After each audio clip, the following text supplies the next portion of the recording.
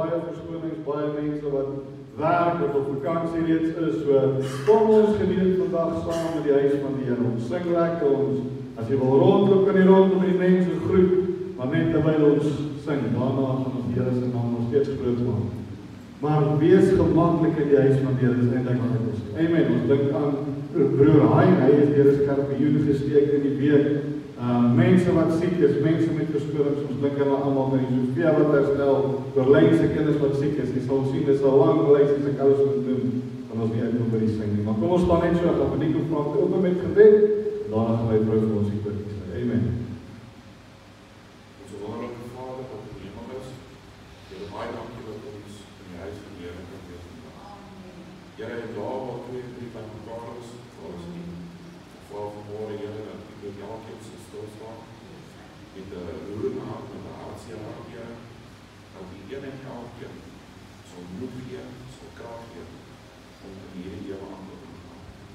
Here, vandag, herdenk ons u kruis in Here, die volmaakte opoffering, Here Jesus Christus, u wat vir ons in die kruis gesterf het, u wat die bloed gestort het, sodat ons sondes gewas kan word, u wat die lichaam geskenk het, sodat ons kan deelneem aan die lichaam neem. En u loof vir jou prijs, Here, want u naam is voor alle namen.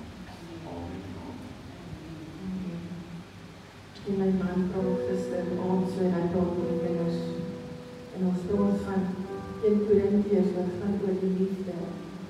En ek dink daarin en ek sê vir hulle, maar nou is daar hierdie geloof ook die liefde. Maar die grootste hiervan is die liefde. Want dit is op die einde van die dag die liefde van die Here wat ons uitgered het. Dis op die einde van die dag die liefde van Jesus wat ons deurdra elke dag, deur elke sorg, deur elke moeilikheid, is dit Jesus se liefde wat ons deurvat.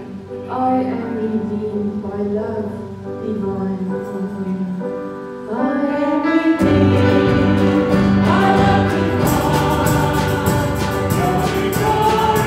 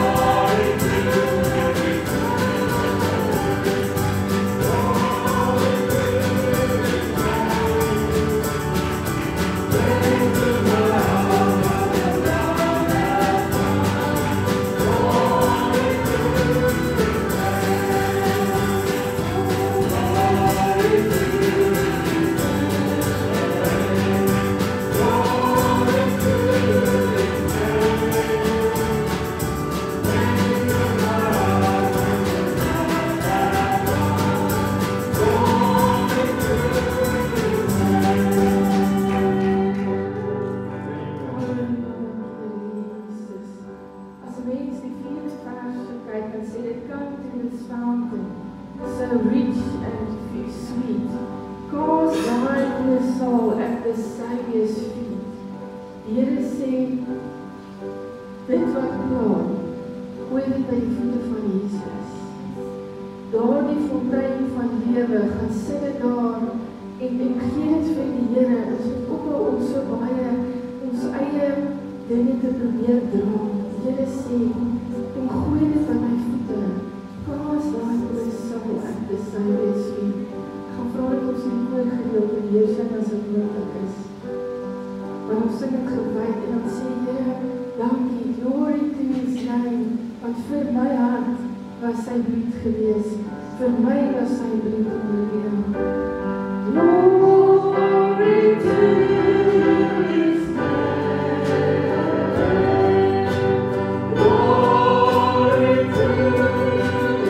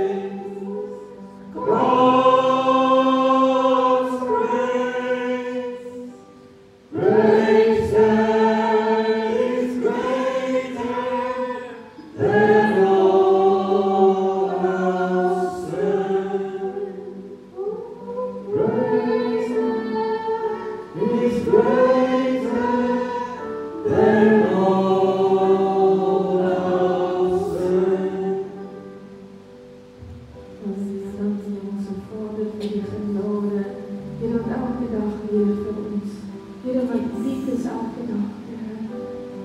Die woord sê, my genade is vir jou genoeg.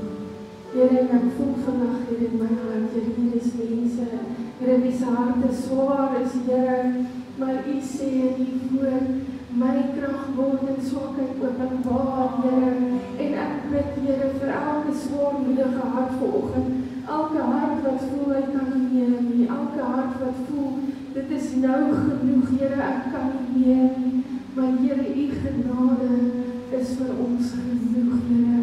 Here, ek weet, Here, as ek swak is, dan is ek sterk, Here, wat in U genade, Here, en in U, Here, word, Here, U krag openbaar wanneer ek op my swakste is, Here. Help ons, dra ons, Here. Here, versterk elke swaar hart vanoggend, dat U sal optel asseblief, Here. Ek bid, Vader, seën hierdie dienswerker, seën die prediker, Here, salf hom, tel hom ook op vandag, Here, onder U kosbare bloed. Ek dank U dan voor dit in Jesus naam. Amen. En ek glo dat wanneer ek dit met U deel, U ook dit gaan vind. Sy woord het kan U oopmaak in Johannes hoofstuk 19, ons gaan 'n paar verse daar lees. Johannes hoofstuk 19.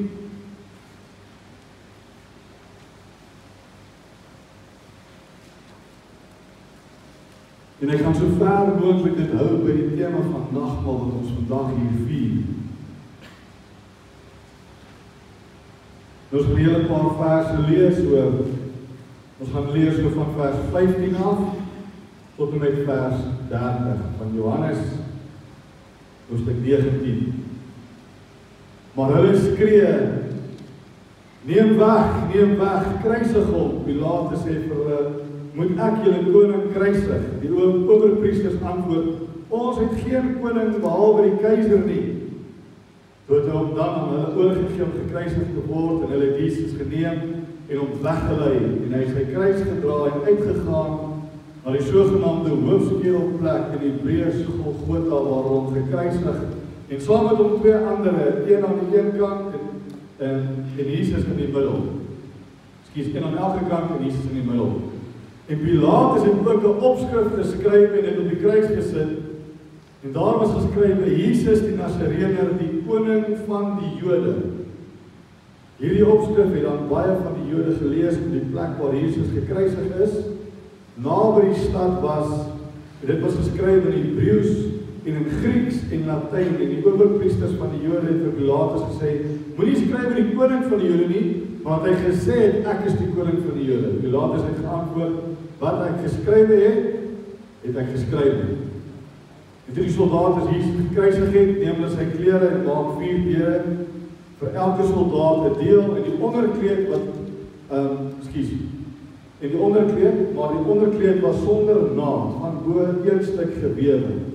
En hulle het mekaar gesê, laat ons dit nie skeer nie, maar laat ons die lot daarop werk, wie sal dit sal wees, sodat die skrif vervul sou word, wat sê, hulle het sy klere onder mekaar verdeel en oor die verdeel en oor my gewaad het hulle die lot gewerk. Dit het die soldate dan gedoen. En by die kruis van Jesus het gestaan sy moeder en sy moeder se suster Maria, die vrou van Kleopas en Maria Magdalena. En toe Jesus sy moeder sien, en die disipel wat hy lief gehad het, by haar staan, sy vir sy moeder, vrou, daar is die seun, daarom sê vir die disipel, daar is jou moeder. En van daardie uur af het die disipel haar in sy huis geneem. Hierna, omdat hy geweet het alles al volbring was, sodat die skrif vervul sal word, het Jesus gesê, ek is dors, en daar het 'n kan vol asyn gestaan, en hulle die spons met asyn gevul, en op 'n hyssopstingel gesit en in sy mond gebring. En toe Jesus die asyn geneem het, sê hy, dit is volbring, en hy het sy hoof gebuig en die gees gegee, tot sover in die woord.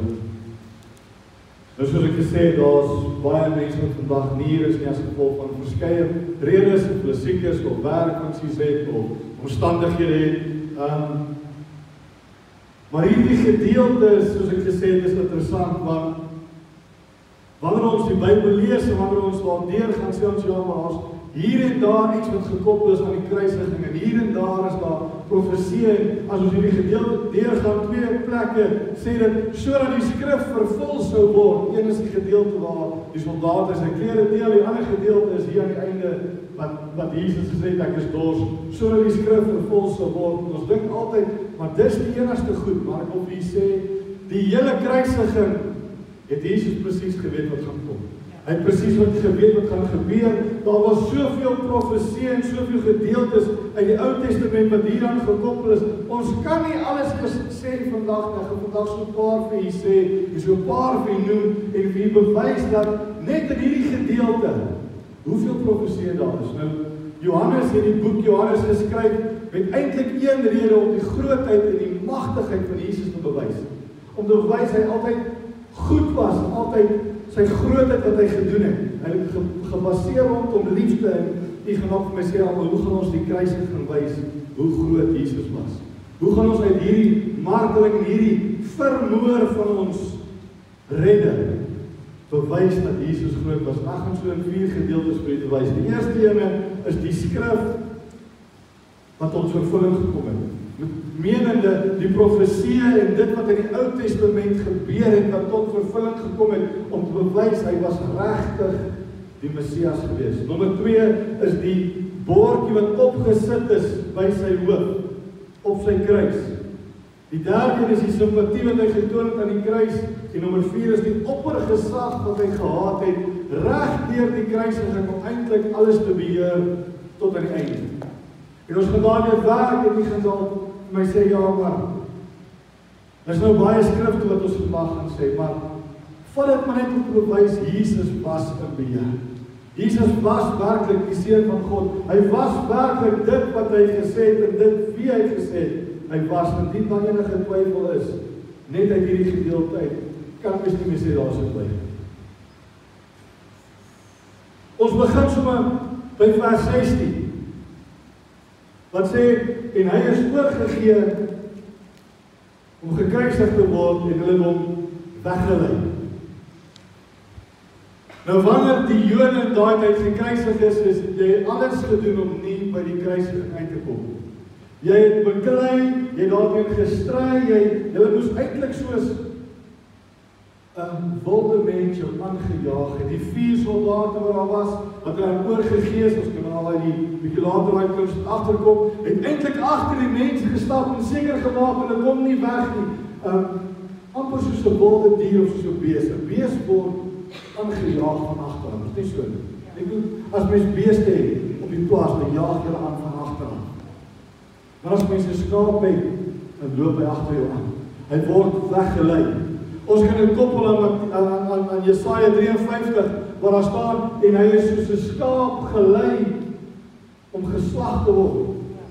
Jesus het nie 'n sien gemaak, ekskuus ek kan Engelse woorde tussenin sit. Hy het nie 'n klein nie, hy het nie 'n sien gemaak. Hy het gesê, hy moet nie meer wegkom nie. Hy is weggelei om gekruisig te word.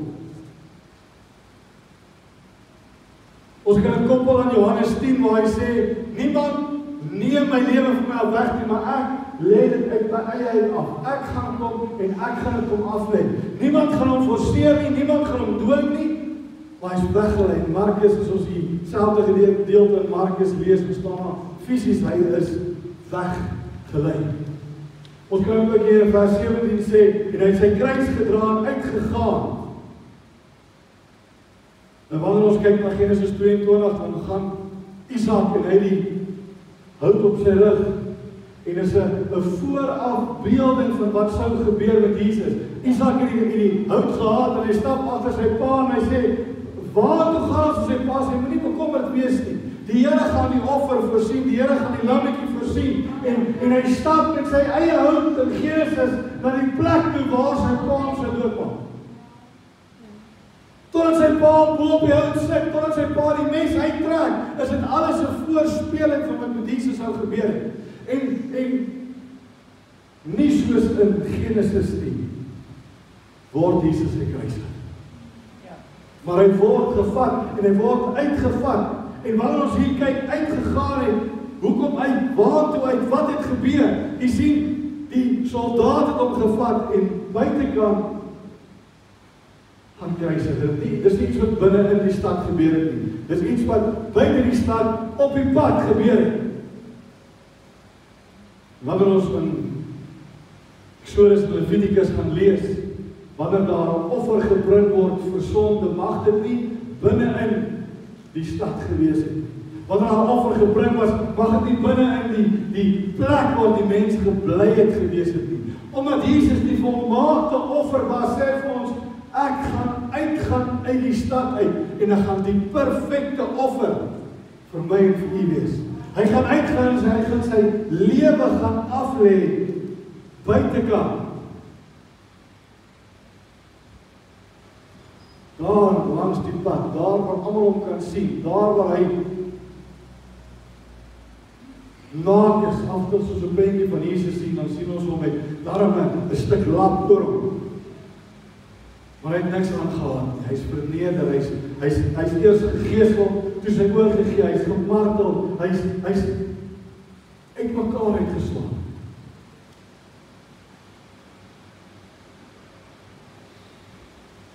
Vir my en vir u. Die kruisiging is nie 'n manier wat die Jode mense doodgemaak het. Daar is nergens in die Ou Testament wat ons lees van die Jode of van die volk van die Here van Israel wat hulle enigiemand gekruisig het. Die moenie enigiemand vir Job daaroor nie. Die manier wat die Jode iemand doodgemaak het, hulle het hom laat staan, hulle het hom met klippe gegooi tot hy dood was. Dis die manier gewees hoe die Jode mense doodmaak. Jesus het ook vroeër in sy bediening gesê, hulle gaan my oplig. Wat verwys na die kruisiging. Hulle gaan my opvat en almal gaan aangetrokke wees rondom dit. Ons sing 'n liedjie in die kerk, lift Jesus higher, lift Jesus higher, lift him up for the world to see. He said, if I be lifted up from the earth, I will draw all men unto me. En ons koppel dit in die kruisiging nie. Maar dis presies wat Jesus hier gesê het. Hy het self gesê, ek gaan gekruisig word. Ek gaan opgelig word. Ons gaan kyk in Psalm 22. Daar alhoewel ek nie deel was van die Joodse manier van iemand doodmaak nie, gaan lees Psalm 22. Hy beskryf bekruisiging. Hy beskryf 'n optel, hy beskryf 'n deurboor, hy beskryf alles wat met die kruisiging gebeur. Word dan Psalm 22 van gepraat, as 'n voorskadu van wat sou gebeur het. Die soldate het ook eintlik verkeerd gehandel. Wanneer ons hier lees, en dit gaan terug na Jesaja 53 toe ook, staan daar tussen vers, ek dink is vers 9 en vers 15, dat hy van die oordeel af direk sal oorgaan na die moord toe, of direk sal oorgaan na daar waar hy sy lewe geneem. Dit was nie in Joodse tradisie of in Romeinse tradisie dat dit sou gebeur nie, is teen die wet gewees. Met die Jode moes daar 'n paar dae verloop gewees het, sodat daar nuwe inligting kan kom om hierdie persoon te red of te verdoem. Vir die Romeine was daar minstens 2 dae moes plaasgevind het tussen waar hy veroordeel is en waar hy gekruisig is. En die skrif sê vir ons dat hy gaan onmiddellik oorgaan as 'n bewys dat Jesus is wat hy sê hy was. Dadelik gaan hy van die oordeel af van Pontius Pilatus om gekruisig te word. 6 keer op verskillende plekke hier sê Pontius Pilatus, maar hierdie man is nie skuldig nie. 6 keer sê hy vir hulle, ek kan hom niks aan hom doen nie, vat julle hom, gaan maak julle hom maar dood. Hy gee die Jode die kans om dit te doen, maar hulle wil nie, sodat vervul sal word dat hy oorgelewer gaan word en deur ander mense gekruisig gaan word of doodgemaak gaan word. 6 keer sê Pontius Pilatus, hierdie man het niks fout nie, daar is nie 'n aanklag wat ons kan maak teen hom nie. Maar hulle sê nee, ons gaan hom kruisig. In vers 18 staan daar dat hy saam met 2 ander gekruisig is, een aan sy een kant en een aan sy ander kant. Jesaja sê vir ons, hy gaan saam met die ongeregtigdes gaan hy doodgemaak word. Dis 'n verwysing daarna. Daar staan ook dat hy sy liggaam gaan in die algemene graf gegooi word. En dit was die plan gewees wat sou gebeur. As jy gekruisig is, word jy in die put gegooi. Maar daar was 'n man wat gekom het en gesê, ek sal sy liggaam vat, ek sal hom begrawe. Anders sou hy daar, buite in Jerusalem, in die put gegooi word, waar aan die brand gesteek word. Die asgate van die dorp. Daar sou sy liggaam saam met die sondaars, saam met die moordenaars, saam met die gekruisigdes, sou dit daar gewees het. Vers 23 wat sê, hulle sy klere verdeel, wys die was 4 soldate gewees, met hulle vat sy klere, hulle sit in 4 hoopies. En hulle sê, kom ons vat in die laaste stuk, en ons skeer om die stukke nie, kom ons lood daarop, so dat vervul sal word wat die skrif sê, hulle het die skrif geken nie. Daai Romeinse soldaat het nie geweet wat in die Ou Testament gestaan het, of wat die Jode geweet het nie, hulle wil net nie gehad het dat hierdie laaste stuk geskeer word nie, want dit was 'n baie kosbaar en 'n baie duursame stuk materiaal gewees. Hy het nie naad gehad nie, hy het 'n gat bo gehad, en verder van dit was hy geweef gewees wat reg oorgaan. Nou hoekom sal dit genoem word hier in die skrif? Hoekom sal dit soveel krag kan dra as dit gesê word? Want daar is net 2 plekke in die skrif wat verwys na so 'n tipe materiaal. Het jy geweet? Die een is hierdie. Hier in vers 23, wat gesê word, dat hy geen naad gehad het. Die enigste ander plek is in Exodus, waar die hoëpriester se klere van gepraat word, waar daar spesifiek gepraat word, maak dit met 'n gat, maak dit een stuk materiaal, sonder naad, sonder hierdie, en hierdie is spesifieke verwysing na dit. Jesus, as ons lees in Hebreëus, Jesus was ons hoëpriester, en is ons hoëpriester. Hy is ons altyd hoëpriester.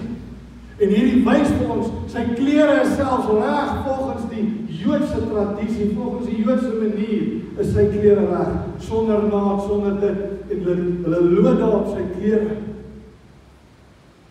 om dit te verdeel, sodat die skrif vervul sal word. As jy wil weet waar hy staan, maar in Exodus 28 vers 32. Psalm 22 vers 19 praat van die lok wat gewerp sal word op sy klere. Dis die skrif wat hier vervul moes geword het. Dan kom ons by die tweede gedeelte, en hierdie is baie interessant, ek weet nie of jy het geweet het nie. Hulle het staan hier, maar hulle het 'n bord gemaak.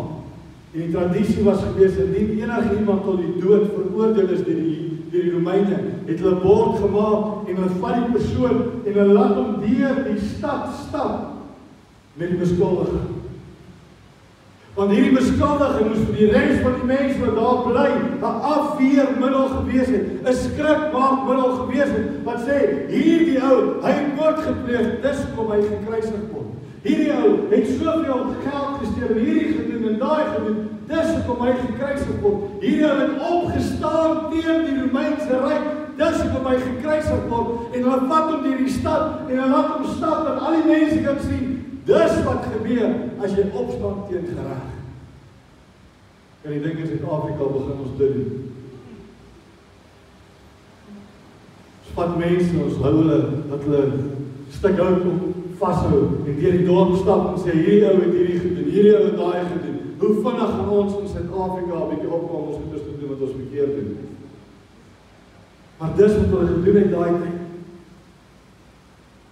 Het hulle daar in vers 16, 17, Jesus gee, en hy stap hy deur die stad.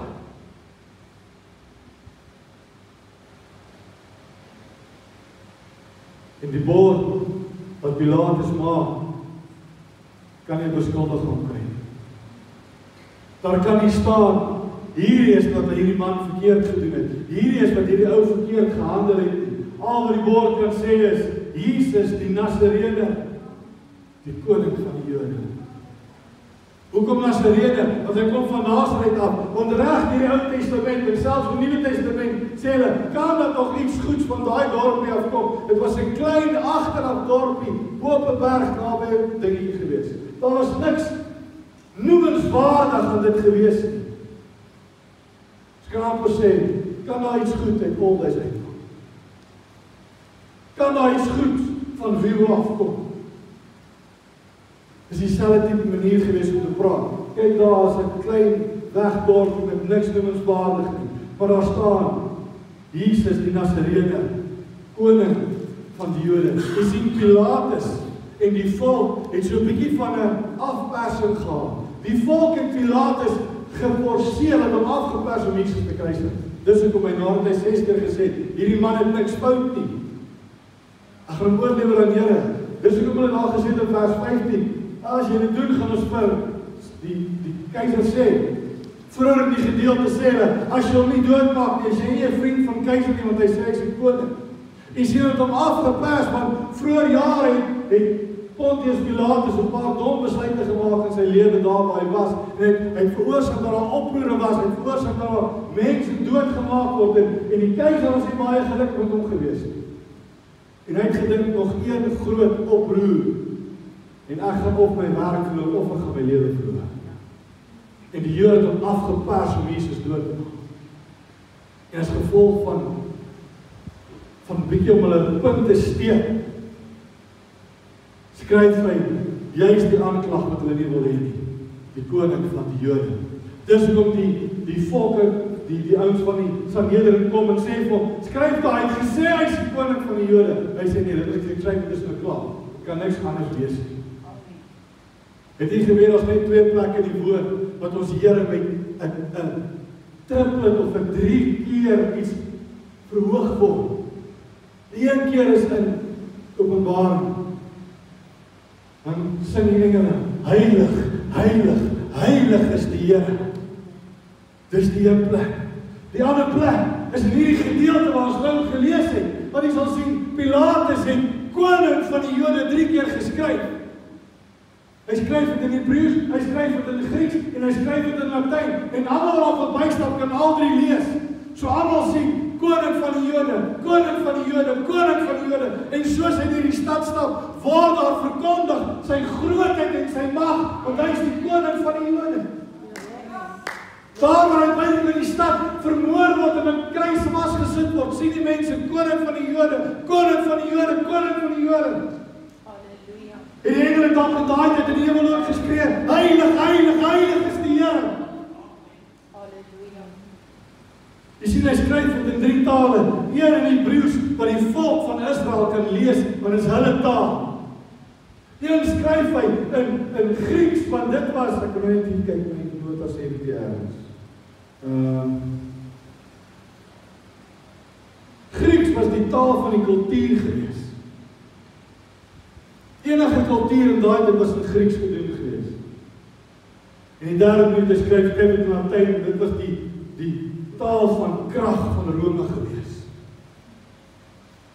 En in daai tyd waar Jesus gekruisig word, het al mense reg oor daai gedeelte almal na Jerusalem gestroom. En as ons reg gelees het, dit was reg by die pad gewees. So almal wat in en uit Jerusalem uitkom, kan sien wat sy aanklagte is. Koning van die Jode. En Jesus skop nog steeds nie 'n baai op nie.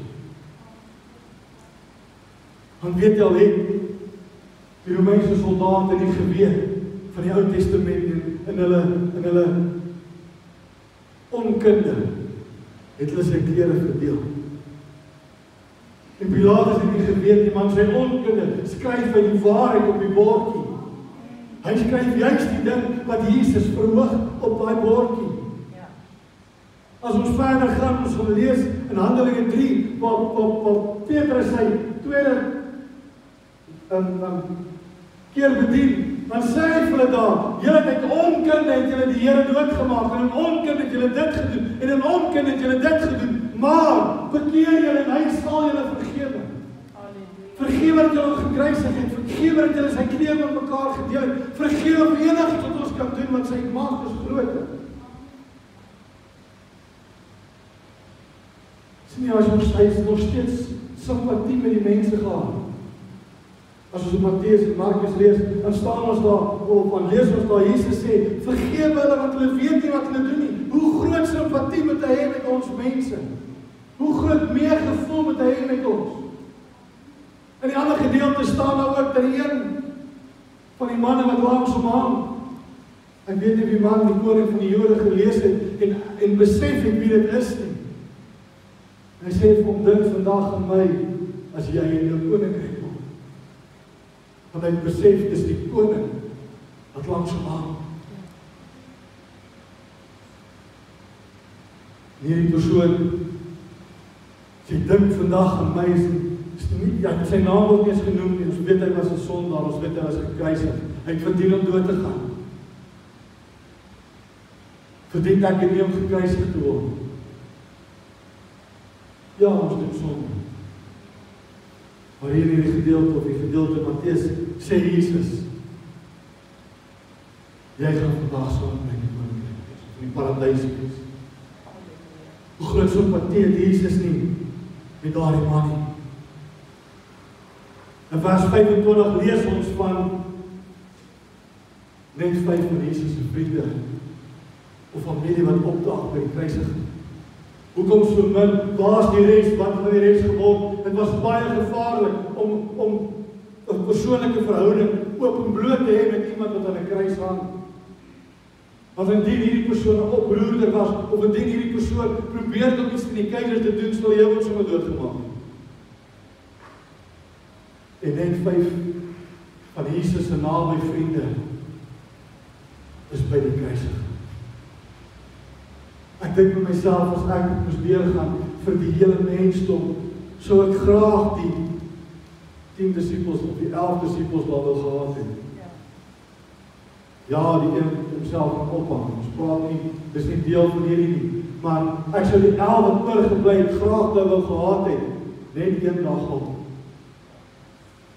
Want hulle is bang en misverstaan dit. Het jy gesien?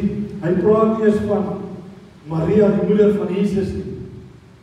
Gelees die ander evangelies, Matteus en Markus, noem nie eens dat Maria daar was nie. Dit sê nie eens sy ma was daar gewees nie. Maar die 5 mense wat daar was, is sy moeder. Sy moeder se suster. Dit word beweer dat Salome is een van die vrouens by die graf wat hom gesien het hoe opgestaan het, want dit is Maria se suster gewees. Dan was dit Maria, die moeder van Kleopas, as ek nou reg onthou hierso. Die vrou van Kleopas. En Maria Magdalena. Die vrou het by 7 duiwels uitgedryf. Ons moet ek onthou, dis al wat die woord van ons sê van haar. Dit sê nooit sy was 'n straatvrou gewees nie, ekskuus. Baie mense wil dit sê, en baie, dit staan en dit sê wat hy was uitgedryf. 4 vrouens en 1 man. Johannes noem homself ook nie in die woord. Hy sê net die een wie Jesus lief gehad het. Hoekom is hierdie skryfstyl so belangrik? Net in hierdie vers. Kom is die hele Katolieke kerk net verkeerd bewys. Maria word na hierdie nog net 1 keer genoem. Is in Handelinge wat daar staan, sy en Jesus se broers was saam met die res van die mense in die boventrek gewees. Daarna word nie meer van Maria gepraat nie. Nie in Openbaring nie in enige van die ander goeders word gepraat nie, want sy was soos ek en u, net 'n doodgewone mens. Sy het 'n ma en 'n pa gehad. Sy het sonde gedoen, gaan lees in Lukas 1, nadat die engel by haar gekom het, sê sy, hoe kan ek, wat 'n sondaar is, wat 'n redding nodig het, die Here van alle tye dra aan my? Jy sien, Maria, soos ek en 'n gewone mens, wat ook haar pad na die hemel toe, die Heer, die verlosser, moes kry. Sy is nie vir ons 'n tussenganger nie. Ons kan nie deur haar bid en sê, doen vir ons voorspraak by Jesus nie. Anders sou die skrif vir ons gesê, ons kan nie deur een van die volgers van Jesus by hom uitkom nie. Dis hoekom hy sê, ek is die enigste deur, ek is die enigste weg, net ek, niemand anders nie. So ons kan nie deur iemand bid nie. Dis hoekom Maria se naam nie eens hier genoem word. En Maria was 'n baie algemene naam gewees in die Bybelse tyd ook. As jy hier kyk, 3 van die 4 is Maria. Maria, die moeder van Jesus, Maria, die vrou van Kleopas, en Maria Magdalena. Is 'n baie algemene naam gewees. En is 'n baie algemene naam gewees, want dit verwys na Miriam van die Ou Testament. Die, een van hom indien nie die, braafste vrou in die Ou Testament. En sy het langs die rivier gestap, tussen die krokodille wat bloed in die mandjie was. Sy het na die Farao se dogter toe gegaan en gesê, ek sal vir iemand kry om op te pas. Toe hulle deur die see is, het sy die tamboerijn gevat en gedans. Sy was een van die, soos ek sê, nie die braafste vrou in die Ou Testament gewees. Dis hoe so baie Maria's na vernoem is. Maar jy sien, hulle staan daar. En om nog verder te bewys dat Jesus geen deur haar met iemand kan praat nie, noem hy haar nie ma nie. Hy noem haar nie moeder nie. En ek dink volgende Sondag, die Sondag daarna, sê ek, Hannetjie sit vandag hier saam met ons. Sy sal my klap na die tyd, hoor. Sy sal my rol. As my ma is, gaan ek nie sê, net die ters het nou ingestap nie. Ek sal praat van my ma en my pa. Maar Jesus hang aan die kruis. En dis nie die eerste keer nie. Dis nie die eerste keer dat hy haar vrou noem nie. Toe hy 12 jaar oud was. En 12 jaar seentjies maar bietjie. Dink jy seentjies maar bietjie vasgevat word. Kan jy dink jy kom by huis en hy sê, hoorie pa, hierdie vrou het al nie gedoen. Vat maar die buurman toe, ons staan op daar. Die bed sê, mag ek nou nie by huis gaan. Maar hy sê vir haar, vrou, daar is jou seun, daar is jou ma. En die skrif sê, vandaag het die discipel aan sy huis ingevat. Jy sien, Jesus bewys vir ons, daar geen waarde aan Maria, die moeder van Jesus was. Ja, sy was 'n uitsonderlike vrou gewees, anders sou die Vader haar nooit gekies het. Ons moet dit verstaan. Sy was 'n uitsonderlike vrou. Sy het die koning van alle konings groot gemaak toe hy 'n kind was, en toe hy 'n babatjie was, ja. So sy is 'n magnifieke vrou gewees, maar sy is nie iemand deur wie ons redding kan kry. Sy is nie iemand deur wie ons by Jesus kan uitkom. Ons kan deur Jesus by die Vader uitkom. Dis die enigste deur wat daar is, net deur Jesus. Nie deur Maria nie deur Johannes nie deur Petrus nie deur deur Jesus.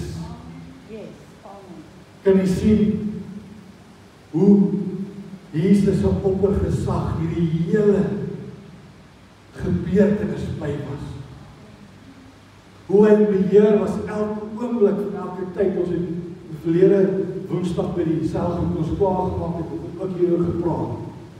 Jesus was in beheer. Gaan lees Johannes 10. Ek het nou wat gesê. Jesus sê, niemand gaan my lewe van my wegvat nie.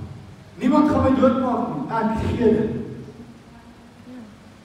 Ek weet wat kom. Ja, ek voor die tyd gebid en gesê, Vader, indien dit moontlik is, vat hierdie beker van my weg, ons gaan dit nou gebruik ook. Die nagmaal wat hulle daai tyd gebruik het. Maar hy sê, nie my wil nie, maar u wil. Hy het geweet wat kom. Vir my en vir u. Ja, amen. George, vir jou. Vir al jou foute. Het hy gedoen. Vir al jou tekortkomende mens. Elkeen. Vir al jou pynseling, vir elkeen. Het hy gesê, ek sal dit doen. En hier aan die einde, kom ons lees iets wat Jesus sê, en ons verstaan het verkeerd. In vers 30 staan daar, en toe hy Jesus die asyn geneem het, sê hy, dit is volbring. Ek het al telke predikers gepreek wat sê, hy het gesê, al die sonde is nou op my, is volbring. Maar dis nie wat Jesus sê. Die duisende profesie, wat oor Jesus se lewe uitgespreek is. Een, maar die ander moes in vervulling gekom het. Daar kan nie een gewees het wat nie tot vervulling kom nie. Selfs hierdie laaste gedeelte wat om die asyn gegee het, was 'n profesie gewees. En toe die asyn gedrink het, toe sê hy my eie woorde, nou is elke profesie afgehandel. Nou is alles wat moes gebeur het tot op hierdie punt het gebeur. En dan het hy sy lewe gegee. Sy asem uitgeblaas. Sy is verby. Ja, ons weet 3 dae na hierdie sou hy opstaan, dis ek geprofeteer, maar hy moes eers afgestaan het voor hy kon opstaan. Ja, en as hy sê hy gaan opvaar, maar hy moes eers afgesterf het, voor hy kon opgestaan het, voor hy kon opvaar. So elke ding,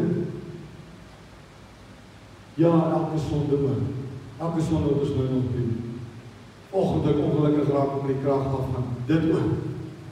As ek het bely, vat hy dit weg, omdat hy gesterf het aan die kruis van my. So maklik kon hy gesê het, nee man, as jy nie wil kom, dan op die kruis. Maar hy sê, ek vat op my. Al hierdie goed gaan hy vir my en vir die leer. Vermoor, verneder, stikke, versmoor, vastgeslaan in hou, wat hy laat groei. Hy die boom laat groei. Hy kon gekies het, nee, die boom kan nie groei, dan sou iets anders moes gebeur. Hy die boom laat groei. En hy het gesê, ek sal dit doen. Fantastisch. Amen. Ek gaan vraag, ek kon my gauw help, as ek taal van net die voorsien.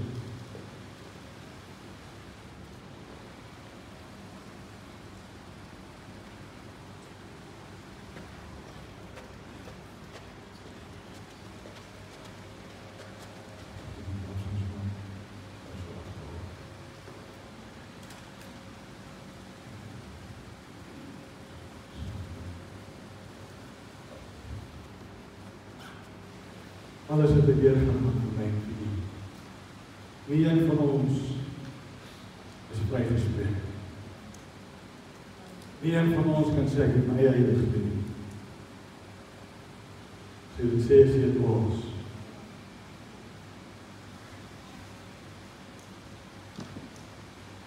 Maar Jesus sê, ek sal dit. Ek het er naam was.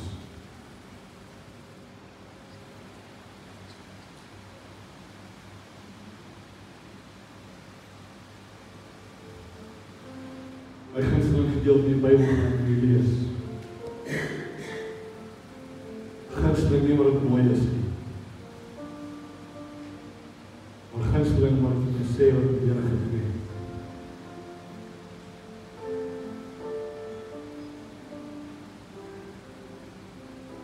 Jesaja 53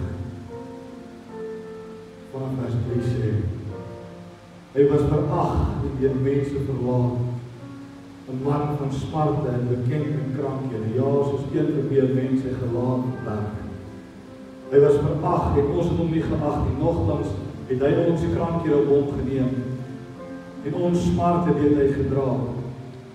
Want ons het hom gehou vir een wat geplaag deur God, geslaan en verdruk was. Maar hy is ter wille van ons oortredinge deurboor, ter wille van ons ongeregtigheid, sy verbrysel. Die straf vir hom die vrede aanbring, vir ons die vrede aanbring as op hom, en deur sy wonde het vir ons genesing gekom. Ons almal het gedwaal soos skape, ons is elkeen sy eie pad geloop, want die Here noem geregtigheid van ons almal op hom laat neerkom. Vers 10 sê maar, dit het die Here behaag om hom te verprys. En hy het hom krank gemaak. As sy siel die skuldoffer aangebied het, sal hy 'n nagrus sien. Hy sal die dae verleng en die weldaad van die Here sal deur sy hand voorspoedig wees. Jy sien selfs in die Ou Testament het Jesus geweet wat kom, hy het geskryf, hy het geweet. Ek geweet sy liggaam gaan vir ons gebreek word. En hy sê daar vir ons alles neem op hom. Al sy ongeregtigheid, al ons swakhede, al ons ongeregtigheid, ekskuus. Alles wat hy op hom. Matteus 26 staan, toe hy gebid het, toe vat hy die brood en breek het, en hy sê, neem, dit is my liggaam. Toe bid hy weer en hy sê, neem, dit is my bloed wat vir julle gestort gaan word. En niemand het besef, hy praat presies van wat sou gebeur. En hy gaan vir ons bid, en dan gaan ek die nooi vir jyself bekom kry. Van die liggaam van Jesus, wat gebreek is.